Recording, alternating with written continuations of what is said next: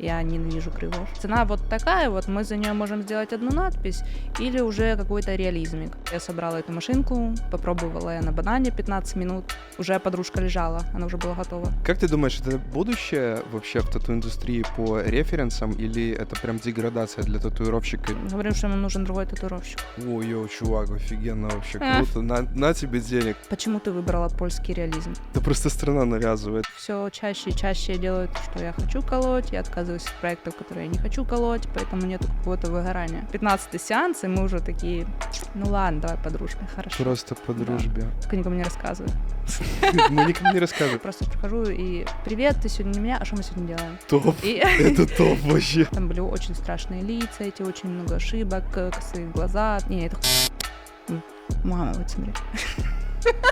Привет, друзья! Сегодня в Гданьске в гостях у неповторимой, феноменальной Окси. Это второй выпуск подкаста. Поехали!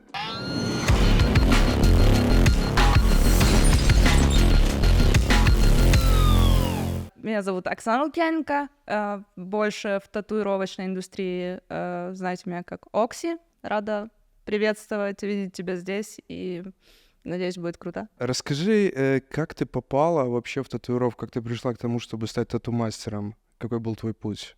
Цели изначально не было именно татуировкой заниматься, потому что главной целью было рисовать по жизни. Вообще изначально со старта было желание рисовать.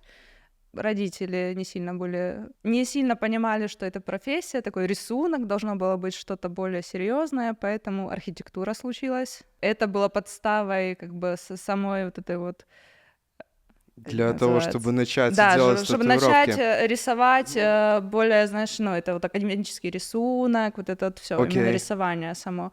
А чтобы потом татуха, то это вообще случайная ситуация. Много кто говорил, почему ты не начинаешь пробовать татуировки, рисовать на коже. Я говорю, никогда не пробовала, вообще не знаю, смогу ли я. Может, меня будет пугать, что это больно, что человек там кровоточит или еще что-нибудь. И в конечном итоге я встретила девочку на работе, там, на такой обычной работе работала, и встретила девочку в куче портаков, и вот спросила, как? Такая красивая, столько вообще, откуда, кто тебя так?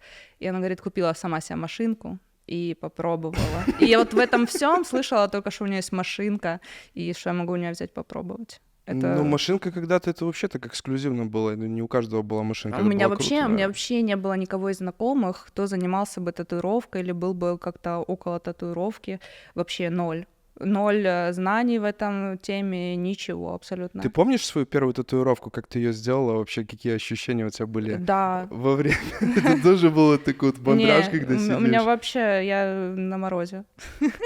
Вообще все равно. У меня был мандраж в покупке иголок, вот в этом и покупке краски, потому что больше переживала, что я зайду в магазин и буду там позориться, потому что я вообще не знаю, что мне надо купить. И вот я побоялась ехать в такой, знаешь, продвинутый магазин. Я поехала в ресел с Алика. На райончике, короче, в такой и там вообще человек явно не знал, понятия не было никакого о иглах, он просто их продавал, и все.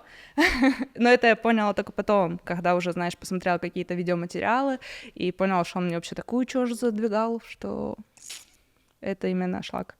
Вот, но буквально я купила это все дело, включила себе Дмитрия на боку. Опа-на, вот он уже тогда делал свои он уже тогда уже делал. там видосики. У него уже были какие-то видосики, как даже там собрать эту машинку, как вот там иглу вставить. Слушай, вот это прикольно, это действительно прикольно. И, короче, в принципе, я собрала эту машинку, попробовала я на банане 15 минут. Уже подружка лежала, она уже была готова к татухе. Я сменила иголку. Это была та же подружка, которую ты встретила тогда, или это была другая? Не, это другая. На той уже все, там уже не было места. Окей, что получилось по итогу? И это был знак бесконечности на почти стопе. Так что я думаю, от него ничего не осталось, потому что место, которое вытирается, по-любому оно вытерлось. И та машинка, она еще не тянула больше, чем 3 РЛ. О, это была индукция 100%, которая жужжала? Да, это была такая китайская индукция за $15. Короче, и она очень рычала. Сколько ты лет уже на данный момент в индустрии, и откуда черпаешь вдохновление для новых работ и для нового движения? Потому что я смотрю, что у тебя не падает как бы вот этот запал, и ты постоянно делаешь на супер крутом уровне татуировки. Я уже колю, наверное, 8 лет, потому что год в Украине и уже 7 лет аж тут, в Польше. Запал не падает, не знаю, мне кажется, я делаю вот эту сегрегацию, все чаще и чаще я делаю то, что я хочу колоть, я отказываюсь от проектов, которые я не хочу колоть, поэтому нету какого-то выгорания.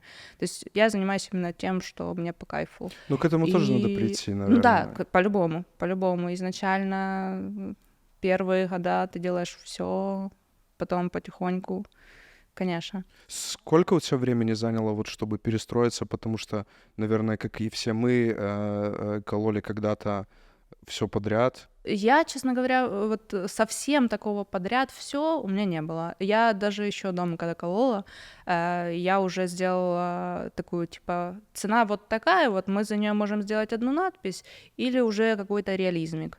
И, естественно, человек выбирал вот такой вот реализм вместо того, что вот это вот одной надписи. И он такой, ну раз такая, ладно, все. У меня уже была, то есть у меня уже дома была цена сессии. У меня не было от размера, чего-то там. Вот, у меня есть такая цена сессии, и вот мы или делаем что большое, что я хочу, или это. Мне кажется, за всю жизнь я сделала только 2 значка бесконечности. Я сделал больше.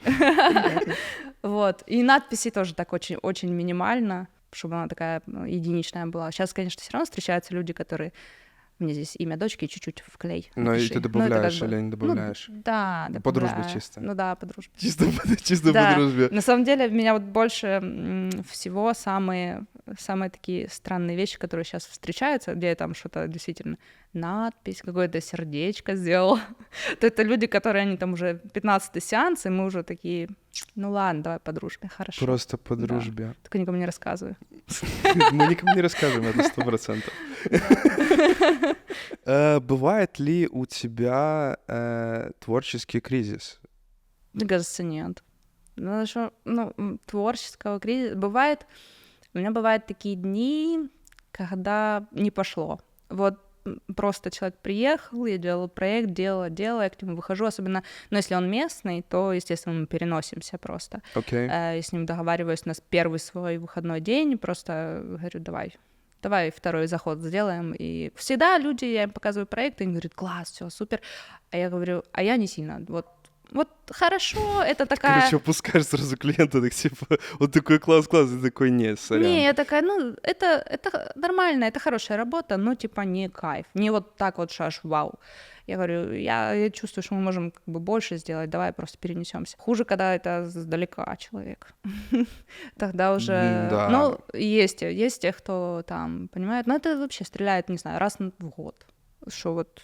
не пошло мне. С чем-то связано или просто Нет, вот не с той ноги просто встала? вот ты такой, знаешь, это обычно еще какая-нибудь такая тема, которая там постоянная, и ты уже переделал все самые красивые картинки в этой теме, называется, и просто вот интернет тебе, не знаю, я там уже все перелопатила, 2 часа 3 ковыряюсь, и я не могу найти референс, который бы мне вот прям вот на все 100% то, что я хочу. Окей, а, например, АИшки, Midjourney используешь ли ты в своих проектах? В последнее время вот я к ним прибегаю, если я не могу найти, что я хочу. Вот у меня не вот все, какой-то ступор, я не могу это, и тогда уже начинается, давай, Midjourney, что там. Как ты думаешь, это будущее вообще в тату-индустрии по референсам, или это прям деградация для татуировщика использовать АИ в татуировке, в создании проектов? Я считаю, что это будущее.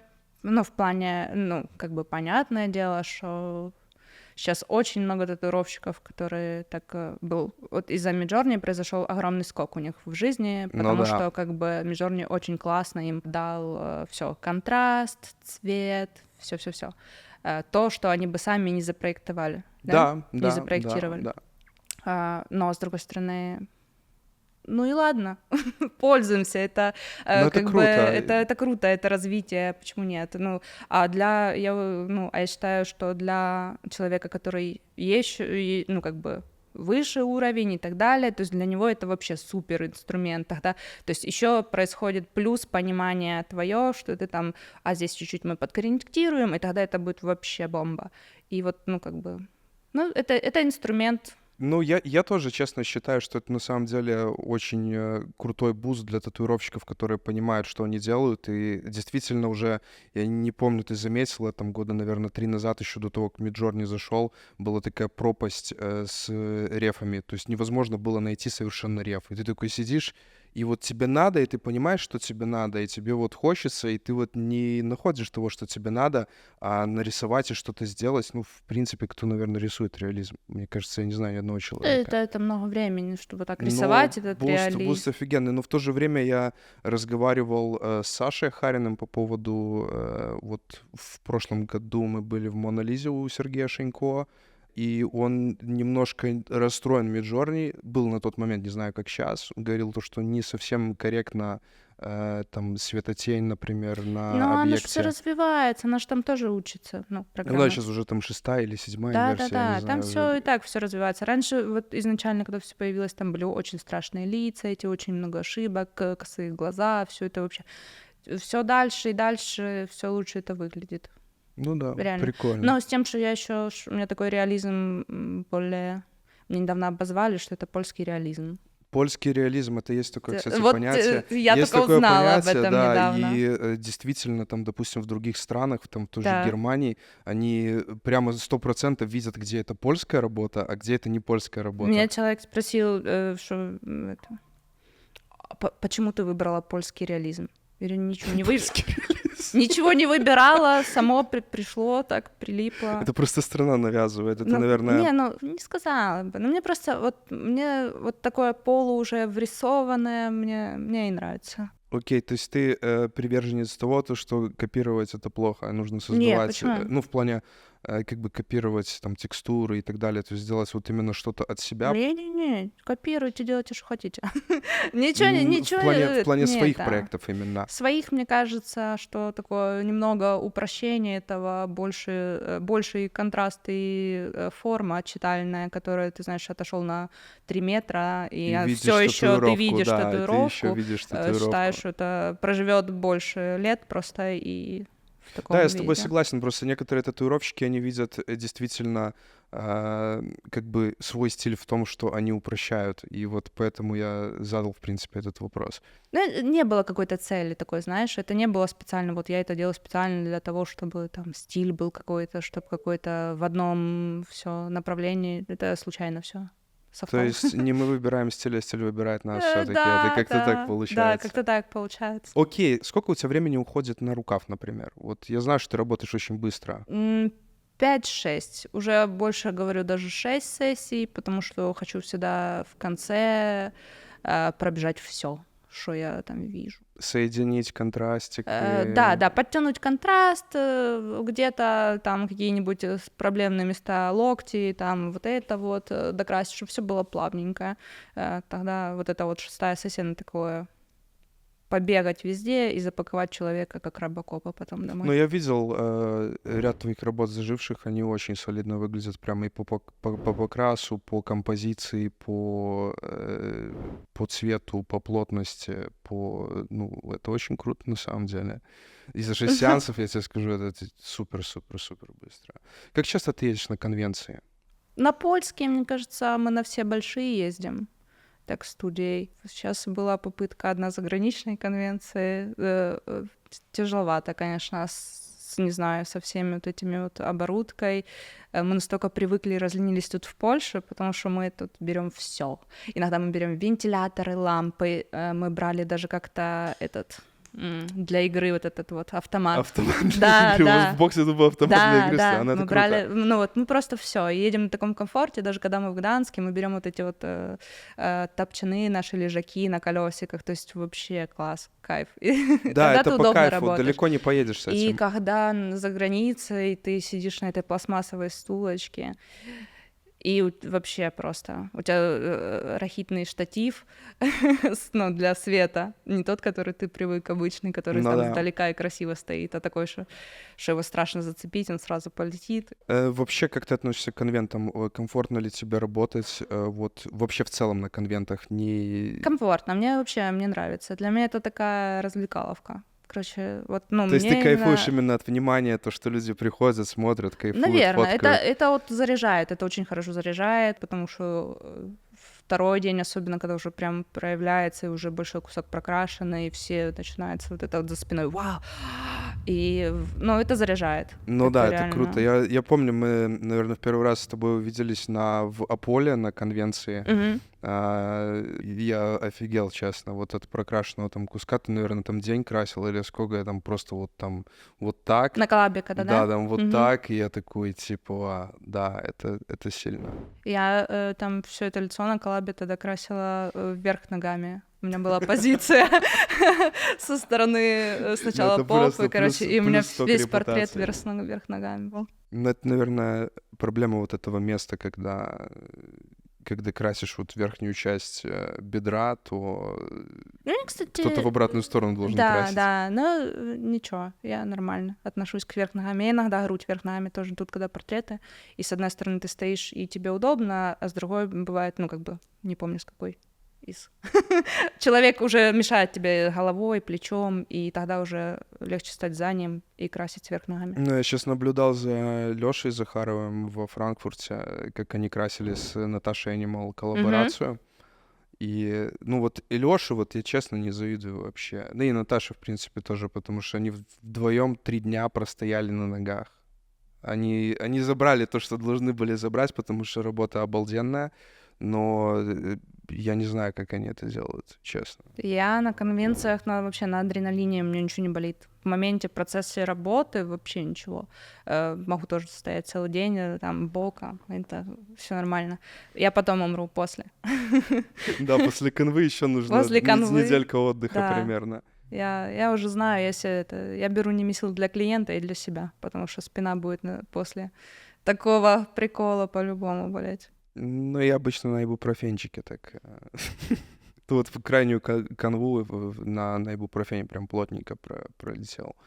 Ты очень быстро красишь, удерживая качество. У тебя есть какие-то секреты? Мне кажется, главный мой этот подход, что я начинаю снизу до верху, прогоняю весь темный и оставляю, то есть у меня уже все тогда остается, все контрасты, все обозначение и сверху вниз, и то есть тогда я иду быстро, не дотягивая какие-то маленькие уголочки или что-нибудь, и на моменте, когда я уже возвращаюсь, мне уже не надо следить, что у меня там калька или что-то, все, уже идет прокрас, и тогда уже начинаю подкрашивать все вот эти вот места пропущенные. Но мне кажется, вот этот этап в 2 этапа туда-обратно, и как бы... Но ты по именно ширине иголки сильно опускаешься вниз, или ты красишь больше большими магнумами? Я больше большими, в основном тоже беру всегда большие форматы. Если мы о конвенциях, то это вообще тогда ноги и какие-то большие. У меня, в принципе, 19 магнум самый любимый. Самая ходовая, ну, раунд магнум, да, самый Сделаю ходовой и контура и любимый. покрас 19 магнум. Да, я могу вообще всю работу иногда сделать в 2 иголки. В RS9 и 19 магнум, если это что-то там бедро, допустим, то там вообще... Они из-за этого, получается, твои работы суперчитаемые, из-за того, что ты не влазишь вот в эти супер детали какие-то. Ну да, нет, иногда влажу тоже. Но стараюсь чередовать вот это, знаешь, что-то там объем, здесь у нас чуть-чуть детали. Честно, вот когда люди делают, знаешь, там на голени, и вот в таком куске там миллион этих деталей, и вот такое вот это яичко такое, знаешь, на этом. Хорошо, а когда будет эта нога? Ну, человек все равно придет за ногой. Конечно. Ну, как это потом соединять? Что это будет за каша? Просто если даже вот что-то деталичное, и рядом будет деталичное, и еще что-то, и это вообще отойди метр от этого человека, да, это нужно... и там будет кашло такое. Да, согласен. Еще и цвет, наверное, так по-разному будет, если его еще сильно нагружать там какими-то цветовыми. Я их еще, ну вот когда все проект уже там на человека, я меряю, и я всегда еще на них так смотрю. Издалека прищурившись. Да, вот, но иногда не отхожу издалека, я просто вот так вот щурюсь и как бы делаю расфокус, чтобы понять, как это будет там в тумане выглядеть, да, издалека. Кто первый раз, иногда такой, знаешь, зачем она закрыла глаза? Почему она закрыла глаза? Что происходит? О май год, что это будет? Ну, такое. Как часто клиенты не соглашаются на те эскизы, которые ты им показываешь? Никогда. Уже, ну, в смысле, сейчас вообще таких ситуаций не происходит. Мне кажется, таких, что вот, ну, нет, вообще за всю историю было, ну, там, 3. Ну, вот человек мне говорит, не. Я говорю, ладно, что там не устраивает? Ну, то-то, то-то. Но изначально, знаешь, вот я всегда захожу, и я сначала общаюсь с человеком. Мы разговариваем, что может быть, что не может быть, что вот ему нравится, какие мои работы ему нравятся, что именно ему нравится в этих работах, допустим. И вот, то есть после вот такого вот разговора, какого-то анализа я иду делать проект. То есть уже понимая, что он, в принципе, от меня ожидает, что он хочет, и вот на этом все он базируется. И поэтому как бы в основном попадаю я. Окей, но ты считаешь, это преимущество твоего подхода, то, что люди соглашаются, или преимущество твоего имени, которое ты уже заработала? Ну, уже, мне кажется, как бы вот это вот заработанное имя, да, уже вот эти вот работы, все вот это вот уже выстраданное. Изначально понятно, изначально никто у тебя там не будет доверять. Ну да, И изначально там такой, он еще крутить носом. присматривается, такой, как будто он что-то знает, знаешь, я сейчас... Но я считаю, что, не знаю, честно говоря, что надо вот именно на месте пообщаться, вживую. Не вот так человек там, знаешь, повысылал какие-то референсы, и ты там дома делаешь проект, а потом вы встречаетесь, и ты ему что-то показываешь. Ну, я не знаю, как люди так делают. Так вообще, как угадать? Ну, это Не да, было это вот очень этого сложно. живого общения. Он там писал, что-то дописал, что-то не дописал. А тут, знаешь, ты уже так его напрямую. Ты изначально, получается, делаешь консультацию, садишься, общаешься с клиентом, готовишь под него проект, Ну, делаешь татуировку. это вот, ну, считай, все в сессии происходит. То есть вот в тот день, когда человек Да, пришел, ты да, сделала проект, сделала да, татуировку. да, Вау, это сильно я даже прям. не захожу, я не смотрю в календарь, что у меня на завтра Это скилл. сделано, потому что я тогда не буду вечером отдыхать. Я буду тогда вечером сидеть и лазить в картинках, в Midjourney или еще что-нибудь. И поэтому я этого не делаю, я не захожу в календарь, я прихожу на работу и просто прихожу и «Привет, ты сегодня не меня, а что мы сегодня делаем?» Топ. Это топ вообще. И он такой, ну, бывают люди, которые такие теряются, ну, я высылал, я говорю, ну, ты до администратора высылал, а я туда не смотрела. Просто там администратор делает селекцию, хочу я, не хочу, если она сомневается, понимает, что я, наверное, зафукаю, она придет и покажет мне, и, скорее всего, я зафукаю. Ну вот у вас в студии здесь есть, получается, менеджер, администратор, Да. который занимается записью для всех татуировщиков в студии. Да, всех татуировщиков в студии. У меня как бы отдельный день происходит, когда эта запись открывается. Да, я помню, я не попал один раз. Ну, видишь, ты не сильно Ну, старался. как есть, как есть. Ты не сильно Просто. старался. Не, Но мы тогда не были знакомы. Не с были тобой. знакомы. То есть Да. сейчас я смогу уже По попасть. блату, да. По блату. У меня уже место заканчивается, но... Ну, честно, я бы хотел бы от тебя Ну, знаю, татуировку вот сделать. я вижу, там на коленке у тебя дырка есть. Я недавно Лукаша маленькую татуху сделала, видел? Так это для Лаукиса вся нога целая. Не, Мы уже я запланировали. тут. Это. Вот Вот здесь? на этом дырка есть, маленькая. Ну да, здесь есть кусочек, здесь можно что-нибудь, в принципе, сделать. Да, но я сейчас уже, наверное, больше перехожу в такие коррекционные татуировки по мелочи, потому что, ну, действительно, уже все большие площади. Мы сейчас заканчиваем рукав у Бенджамина Лаукиса. Стас, мой друг, делает спину мне с попой вместе. Будет один большой проект. Эту ногу я обещал тоже Бенджамину. Мы удаляем тут кусок. Но я надеюсь, что мы встретимся на татуировку. Как по твоим татуировкам вообще? У тебя сколько у тебя татуировок, сколько у тебя места осталось, у кого ты краешься и что предпочитаешь? У меня много еще места. У меня еще целая спина вообще свободная. Ноги дозастратые. Вот я тоже когда-нибудь дойду до коррекционных татуировок. Это, походу, проблема всех татуировщиков, Да. когда ноги уходят Особенно первыми. одна, на которой у меня хвост от сирены с 3 трупами. Ну, у меня картошка летающая вообще, вот. Короче. Я увидела эти трупы и такая... Вот у этой сирены будет отвратительное лицо, я не хочу продолжать. И вот аж до отсюда хвост и с трупами. Летом прикольно, когда люди, я иду в платье, и так, знаешь, встречают взглядами, и такое... они не понимают, на что они смотрят, не могут поверить в это просто.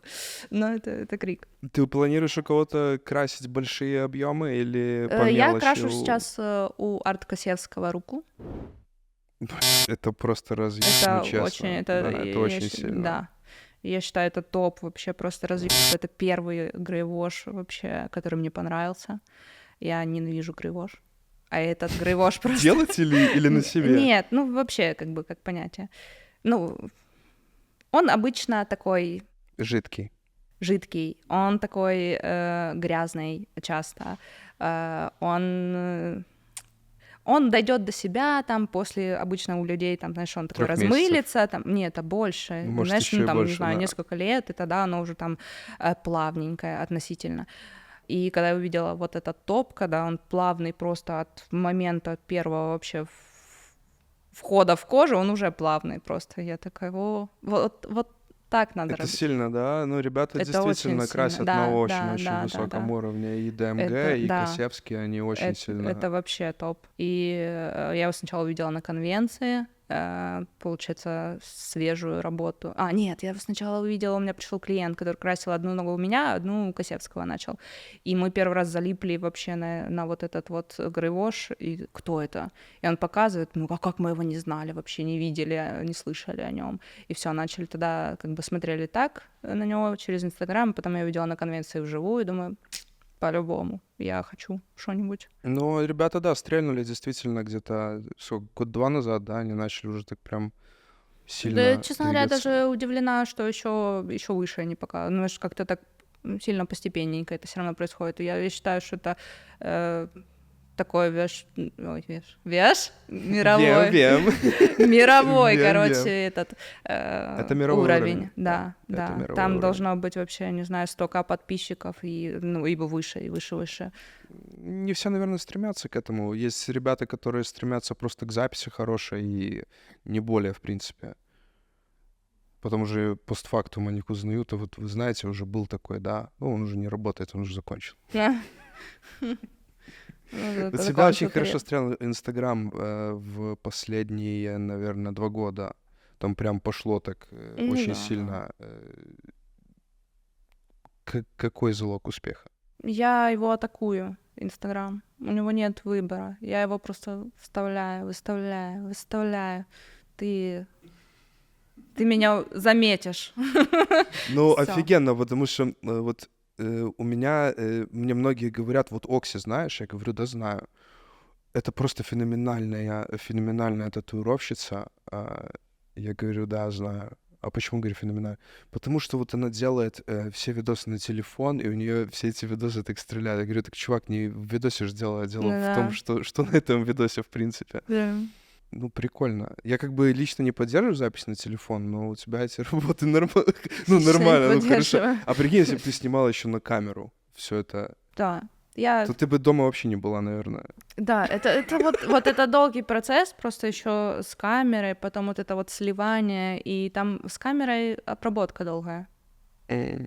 Ну, Я не заканчиваю, я вставляю посты в 9 вечера ровно, и я заканчиваю, и в момент отфоткиваю без 5-9, и у меня есть 5 минут, чтобы пост, быстро, Это короче, топ. и вот это вот вообще в эти 5 минут надо успеть бросить пост, потому что потом, если ты реально, я кидаю на 2-3 минуты позже, после 9, и он вообще там закисает, вообще Инстаграм его не показывает, даже моя мама его не видит. Ну да, есть такой прайм-тайм, это называется, насколько я Да. знаю, да? Прайм-тайм, по-моему, в Инстаграме. И у меня даже мама такая, вообще приходится зайти прямо ко мне на страницу, вот в ленте, понял, не высвечивается, хотя у нее там, не знаю, 3 коллеги, на кого она подписана, то есть там у нее бы по-любому в ленте вылилось. Ну, это жестко, на самом деле, что происходит сейчас с соцсетями.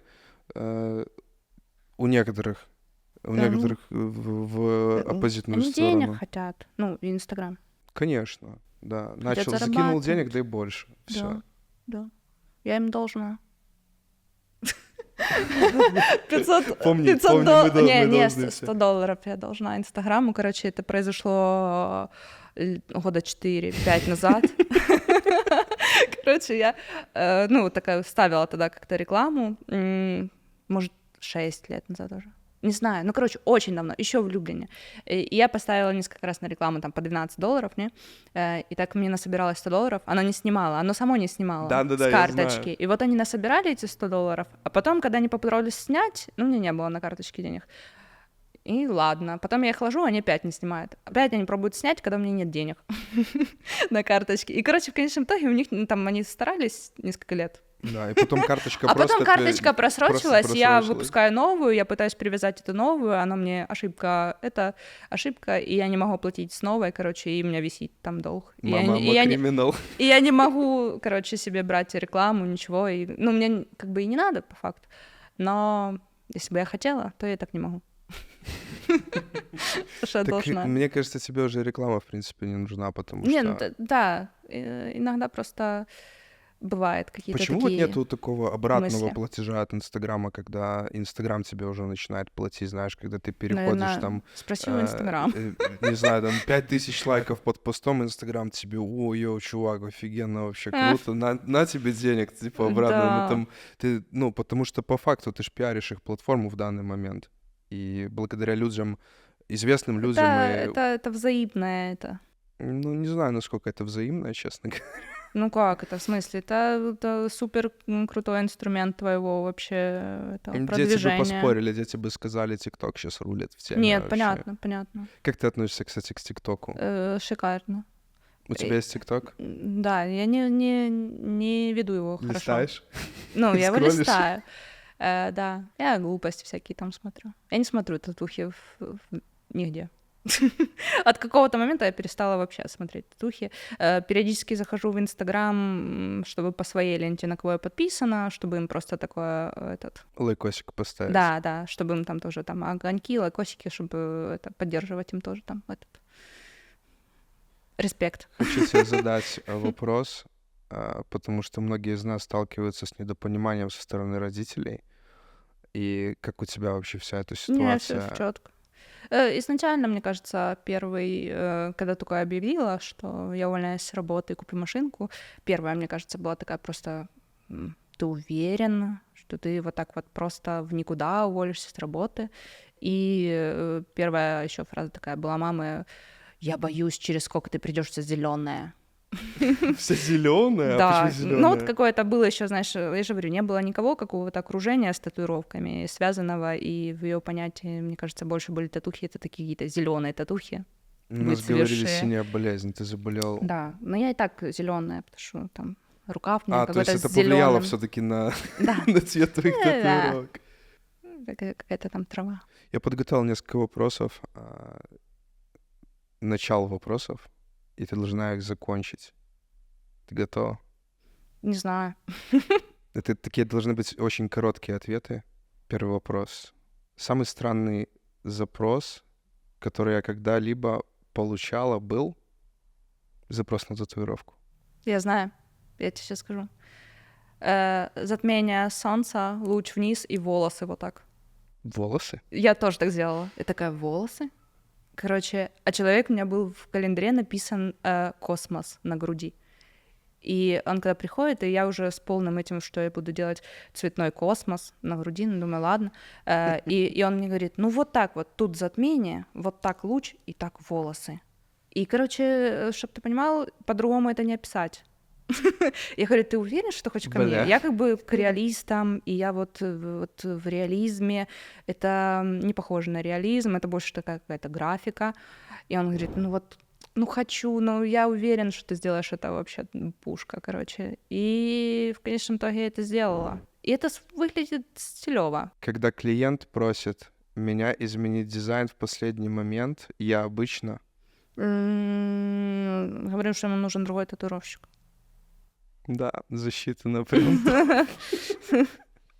Самый неожиданный комплимент, который я получила за свою работу, был? Не, все как-то адекватно.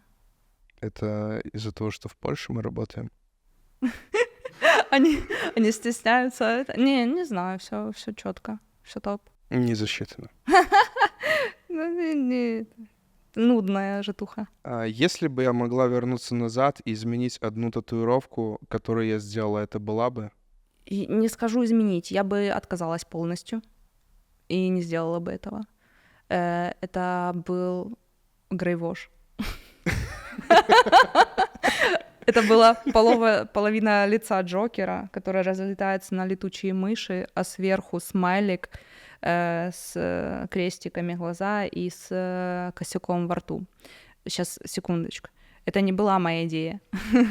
Я абсолютно вообще не подписываюсь, короче, под вот это все. Это была моя ошибка в плане «больше такого не делаю», взяла на заметку «никогда больше». Я была очень сильно уставшая, и у меня не было сил сражаться с человеком, сказать ему «нет», доказать свою точку зрения или вообще сказать «все, прощаемся». Просто я повела... Ну, я ему сказала «не, это хуй». Мама, вот смотри. Мы вырежем. Да. Я ему сказала, это плохая идея. Короче, ну, он мне говорит, нет, я всегда так хотел, вот я прям вижу это, вот так. Короче, я думаю, ладно, я сделаю проект и докажу ему. Я еще раз покажу на проекте, мы приложим в зеркало, и он увидит, ну, что это явно, ну, нехорошо. Это никакая не композиция, это вообще просто, что это вообще? Но короче, клиент... я ему показала, и он вообще, это пушка. Я говорю, нет, это вообще все плохо, нет, короче. И вот все, он уперся, и я поддалась, и это сделала. И потом в конце мне хотелось просто пойти в душ, вот так вот, знаешь, как это... Как в фильмах, короче, в углу, да, шататься. Просто жестко. Но у меня тоже был такой опыт с грейвошем, и я его просто потом переделал в серый. Просто перекрыл грейвош Там серым. у меня не была проблема как бы грейвош. Ну, это был как бы один из аспектов, который еще больше еще больше как бы там угонял эту работу, скажем, но там была просто сама вот эта вот композиция, все вот это вот вместе. Ну, хорошо, что клиент остался доволен. Да. Он прям как хотел, да, так и Да, он и так получил. хотел. Но это, мне кажется, это давно было или недавно? Да, это очень давно было. Это, ну, там в первые, не знаю, 2 года здесь. Ну, это, наверное, всегда, когда от цветного татуировщика делается грейвош, всегда так получается. Мне кажется, я тогда еще делала какие-то там попытки этого грейвоша. Он еще там промелькивал.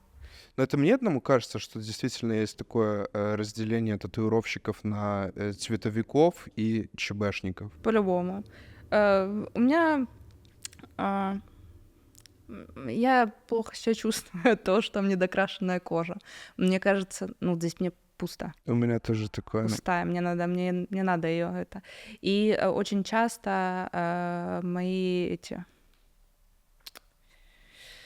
попытки заканчиваются тем, что я уже начинаю мешать с белым. Какие-то серые белые.